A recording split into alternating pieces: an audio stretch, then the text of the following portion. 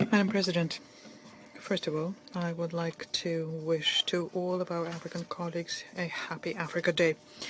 It is on this day, 60 years ago, in Addis Ababa, the first conference of the governments of African states was held, and this laid the foundation for the beginning of the Organization of African Union. And this is successfully being continued by the African Union. This was a capstone of the first stage of decolonizing the African continent, and today, thanks to the joint efforts by the African countries, it's become possible to have a mechanism of collectively reacting to local crises, to launch processes of regional integrations in various formats. And this, of course, helps with the socioeconomic development of Africa, enhancing its international role. As a separate point, I would like to underscore the contribution of African states to UN peacekeeping, both on their continent as well as beyond. We pay tribute to everyone who laid down their lives for this noble cause, and it's very symbolic that we are discussing the topic of African peacekeeping today. Madam President, we are grateful to the Undersecretary General Rosemary DiCarlo, to the African Union Commissioner on Political Affairs, Peace and Security, Mr. Bankole Abiole, and to Ms. Bitania Tadesse for their briefings.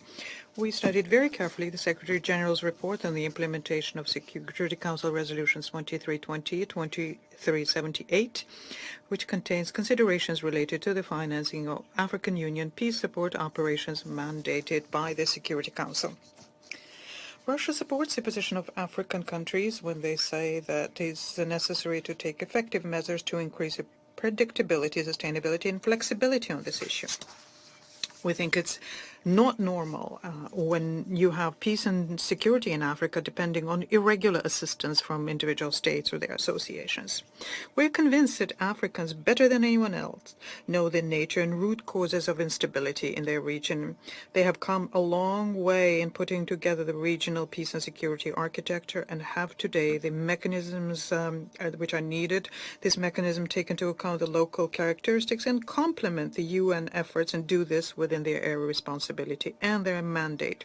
The Peace and Security Council is working effectively. It's using in their activity the support of the African Union, the Group of Elders, the Continental Early Warning System, and the African Rapid Reaction Forces.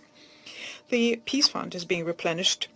The flagship initiative of the African Union to end armed conflict by 2030 is being implemented. There's great progress in the area of ensuring human rights, transparency, and accountability within the military contingents of the African countries. Madam President, the UN has already extended material and financial assistance to African countries in the area of international peace and security many a time, including through assessed contributions by member states.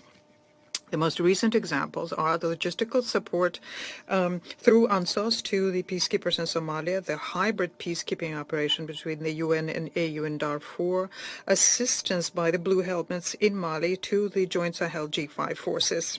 The advantage of African peacekeeping compared to the UN peacekeeping are as follows. There's a possibility to quickly react to emerging threats and the readiness to use force in order to restore peace. And this is particularly topical given the growing threat of terror on the continent and instability and frequently the absence of peace agreements. The need to go in depth into the issue of predictable and sustainable financing is also dictated by the continued increase in crisis situations and armed conflict in Africa. And regional associations and states are becoming involved in resolving that. And the absence of access to resources needed to work on these crises will inevitably result in the loss of effectiveness of these efforts and further spread of instability.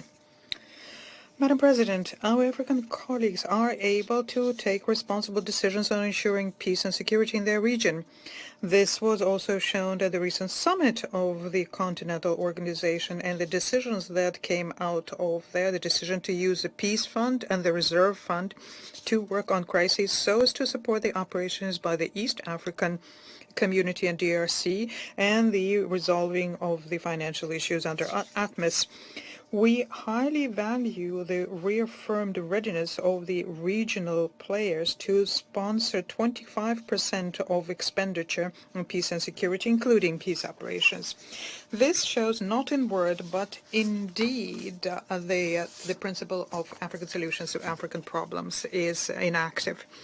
Madam President, we are studying the lessons learned in the Secretary General's report on interaction between the UN and African Union, the possibility of future planning and joint decision-making processes, including the most viable financing modalities, whilst keeping the exhaustive measures to increase transparency and control of the funding used. And we are ready to join in a substantive discussion within a future negotiating process of a future Security Council resolution on this issue. I thank you.